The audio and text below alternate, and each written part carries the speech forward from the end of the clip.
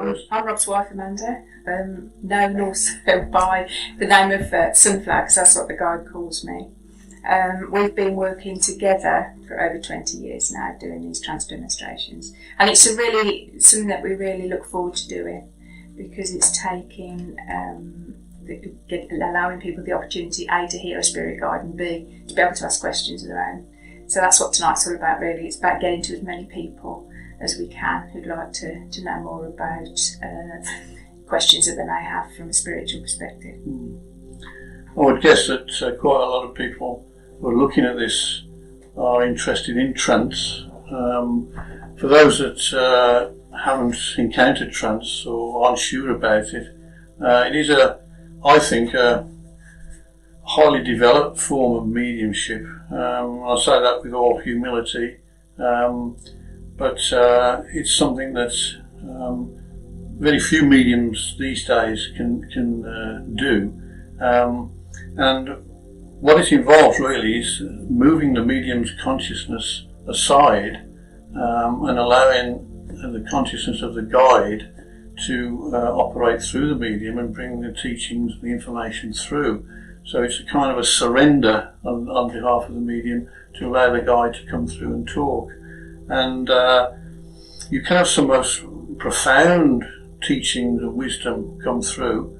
I mean, people may have heard of guides such as Silver Birch and White Eagle, Ramadan, Red Cloud, people like that. And hopefully I think White Feather more than holds his own with those sort of guides, you know. So I'm hoping that what comes through tonight, if he lives up to his normal expectations, will be both interesting and profound. And I think one of the most important things to say is that spiritual philosophy doesn't have to be very highbrow and very academic. It really isn't that. And some of the most profound teachings spiritually from White Feather come from the fact of the natural world around us. So I think it's accessible to everybody. Just as to say at this point, it isn't about personal questions tonight, about your own sort of journey, if you like, in regards to specifics, but a general philosophical question, spiritual question about the spirit world that you may have or just wondered about. It's absolutely fine. We have no prior knowledge of the questions, and there's no policing of any questions. And also, it's important to say that if you don't agree or have, want to come back and have greater clarification from the guide, you can. Yeah. So we encourage that. I mean, mediumship is by nature very spontaneous anyway. Any medium will tell you that you can't rehearse mediumship. It's not like an actor who learns his lines from a script. It's very much, by your coattails, if you like, in that you don't know what's going to come through. What we find with White Feather in particular, you might raise a point or answer a question, and that fires off another question, and people will ask something that at this point in time they have no idea that they're going to ask. It's something that he sort of generates that, doesn't he? I think the main thing is that we have to be aware of when we're doing demonstrations such as this is that, it's slightly different in the fact that we're doing a live stream on this. Normally we would have an audience of people as well, but it's important that we keep the voice vibration going, because Spirit have asked for that. So that there's not sort of long pauses. Because it won't just be us, whoever takes part in this evening. It's also that we draw our friends in spirit as well. So that there could be hundreds, thousands even. We've been told that before by Spirit. But it's important that those energies keep going. So perhaps Colin, you could fill in. Anything you want me to do, just let me know, and I'll help as much as I can. Yeah. But we've got a few people on. Do you want to ask about if there's any questions? Well, what we normally do is just give, but the guide gives an address for about 10 minutes or so. Yeah. And then we'll invite questions. The guide will indicate to me that it's okay then to ask questions. You can't see those people at the moment. Okay. That's all right. I've got a few on at the moment. Okay. Hello from Germany. Thank you for sharing with us tonight. Are you coming through okay on the laptop? Not seeing no, that on the laptop at the moment. We can't see any questions at the moment. Okay. Okay, right. Let's while Amanda's just doing that, what have you got anything else to say that you want to? I feel very privileged to be the instrument really for this man, White Feather. I can't believe where the time's gone really. I've been working, or he's been working with me for 45 years, which makes me feel really old. You are very old. I am very old apparently. But he's forever new in what he brings through. His teachings can at times, are very cutting edge. And even though I guess I would classify myself as an old school medium, White Feather is very much, up to date. And I've often said to you, haven't I, that he speaks about things that are popular or, modern in terms of understanding.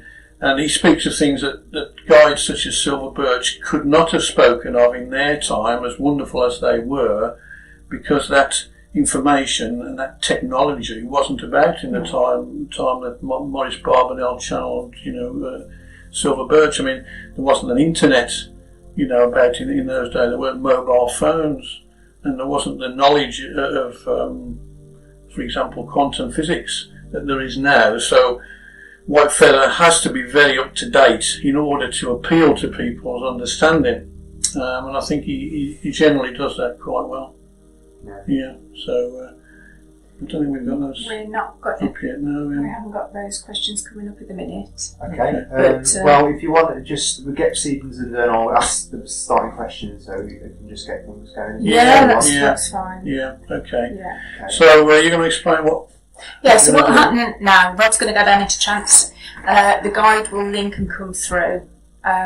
So we would ask, wherever you are in the world, if you're listening to and watching this live stream, your energies are every bit as important.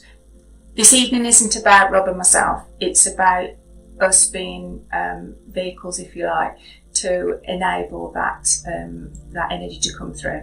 So we are humble. White Feather is very humble. We know Colin is a humble man. It's not about egos in any way, shape or form.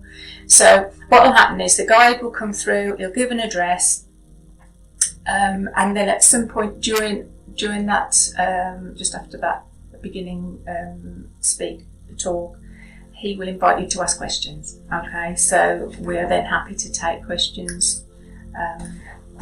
Yeah. So if you can be thinking of those before you start, that's fine. Yeah, and it normally takes me a few minutes to go down, as it were, and for White Feather to come in. One of the reasons we do this preamble, by the way, is to enable people to see and hear the difference between the way I speak and the way that the guide speaks. So that will be noticeable, particularly in the phraseology and the language that he uses. But you'll discover that for yourself. So I'm going to try and sort of just let myself disappear. And if those listening and watching would like to just link in the way that they do to Spirit, that would be really helpful.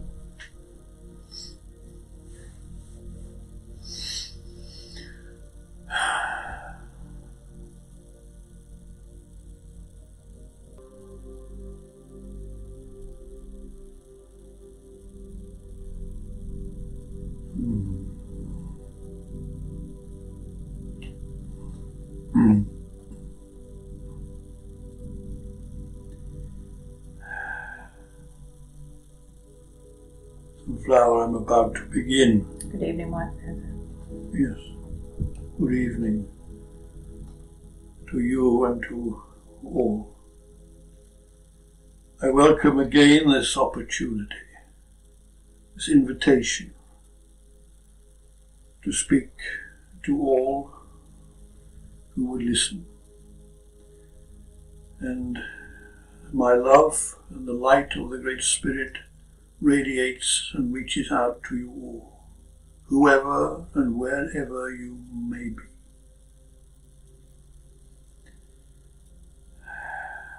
I am particularly pleased that I can once again seek to impart some knowledge and wisdom to you, and to be able to gather up the threads of my previous talk, that I can once again weave them into the fabric of your understanding.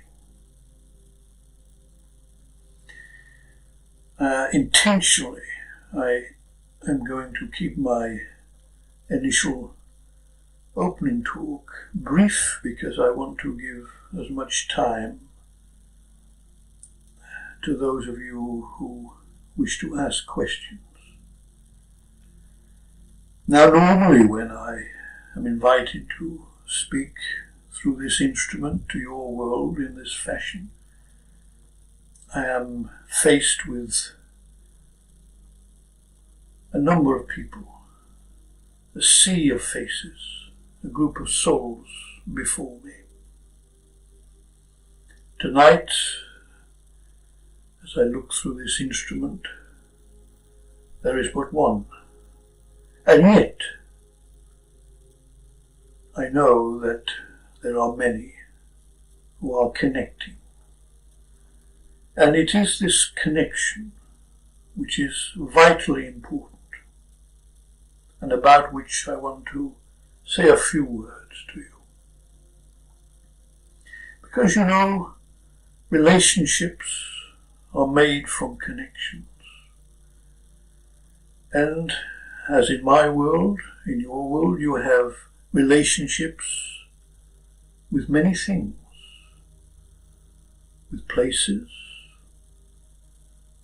with objects, with people, of course, with animals, and even with moments. Even with yourself, you have a relationship, which is not perhaps always as you would wish it to be, but it is a relationship nonetheless. What is it that makes a relationship? What is it that makes a connection? Whether it is an atom, a subatomic particle connecting with another, whether it is a human connecting with an animal or a human with another human, or whether it is some other kind of connection. What is it that instigates that? Now you who are listening to my words might reflect upon this, and you may say to me, you may say to yourself, well, there has to be some familiarity there. There has to be an attraction.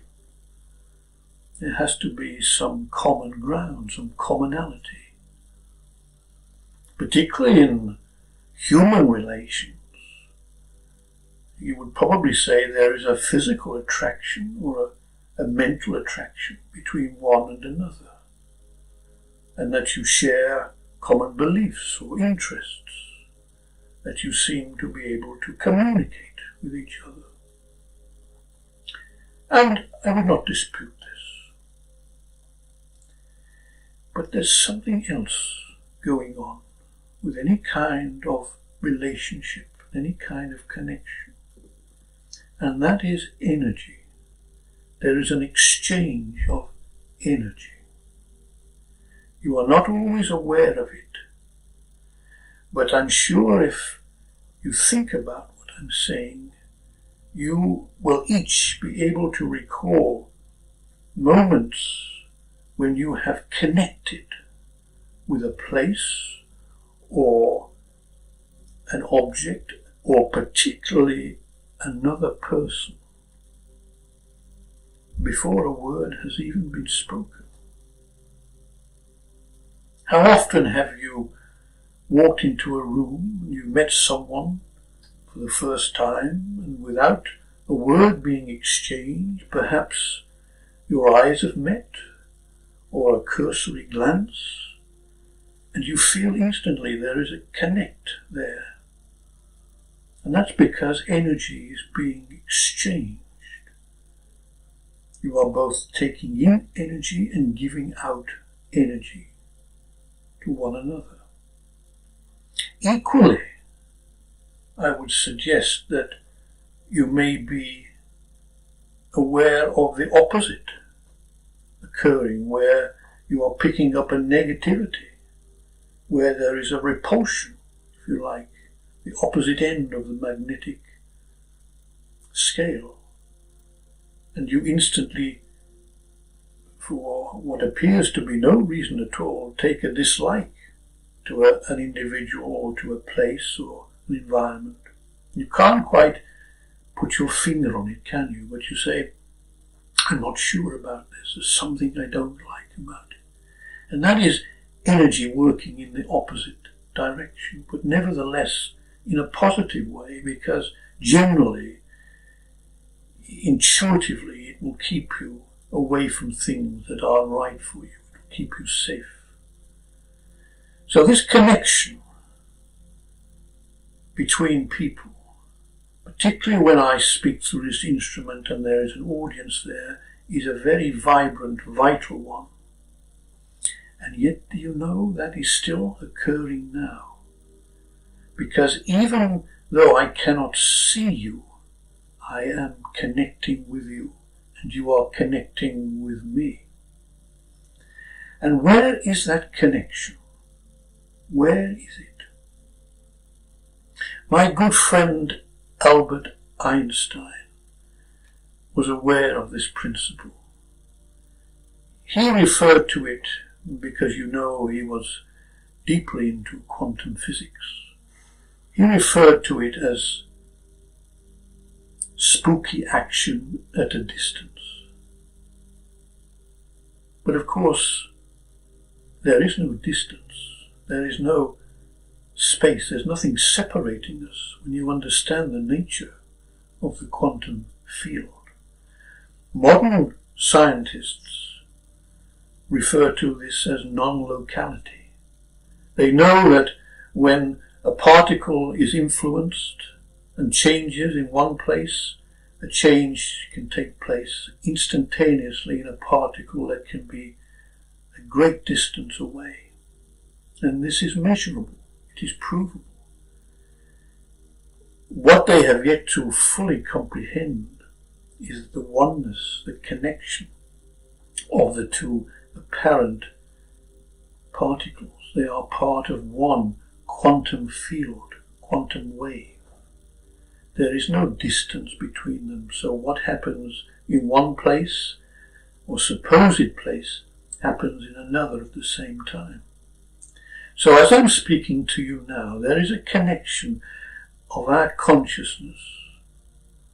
In fact, it's not even a connection, because we are one consciousness. We are part of one whole, one connection, one whole awareness. And the reason that you are watching this or listening to this or connecting with it is because you are unconsciously connecting with this quantum field, with this resonant field. Whether you're aware of it consciously or not, you are connecting with it. And where is this occurring? Where is this happening? It's in your own field of awareness. As you're listening to my words, and as you connect with me in a little while and with Sunflower, and ask your questions, which I hope you will, that will be not at a distance. You won't feel that I am distant, even though I am in another dimension working through this instrument. You won't feel a great void between us. You won't feel a great distance, because that connection will be instantaneous. It will be there in front of you in your consciousness. Let me give you a little example of this, just to illustrate the point. If you've ever watched a live sporting event, let us say a live football match or a rugby match or cricket or something of that nature, something that takes your interest, and it's through your technology being beamed live on your television. Now you, in your awareness, are there. You're caught up in the excitement, in the drama, in the energy of it, because you are, for all intents and purposes, there. That event, in your awareness, isn't taking place hundreds or thousands of miles away. It's in your immediacy, in your immediate awareness and consciousness, and you are connecting with it. You see the point that I'm making here? So the same is applying now. And whether this live stream, as you call it, is taking your interest now, or whether you are watching it at some later point, the effect will still be the same, because the connection will be there. Now just imagine for a moment if you could extend this to your world. You know, don't you? I'm sure you feel the angst within yourself and amongst many of the many difficulties that are unfolding in your world, the many threats, the control, the manipulation, the fear that arises, the trepidation, and all of these things that seem to impinge upon your peaceful nature, upon your consciousness. And you think, don't you, that it's outside of your control, that you cannot influence it, that you cannot change it, cannot modify it, that you are somehow like flotsam and jetsam, carried along on its relentless tide. But because of your connection with the rest of humanity, let me say to you what I call the collective unconscious, which is actually a quantum field of enormous magnitude, you are able to influence events. You are able to change the course of evolution, the course of life that is unfolding. You are not, and I've said this many times, you are not marionettes whose strings can be manipulated by a few puppet masters. You are not impotent. You are not helpless. There is no little me. But there needs to be a realization, there needs to be an understanding of your awesome power, of the awesome capability that each of you possess. And you connect with this field, not the totality of it in a sense, because there are of course lower minds who are also part of this collective unconscious of humanity, but they work on a different strata. The resonant field that they connect with is of a lower vibration.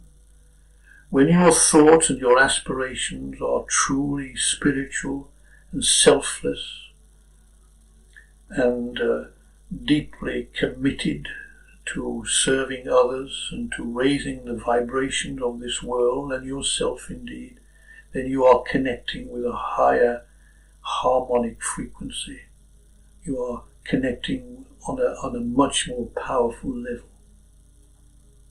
So let us never underestimate the power of relationships, the power of connections, and remember that the energetic connection always takes place before any visual attraction or any verbal communication, because this is the nature of being.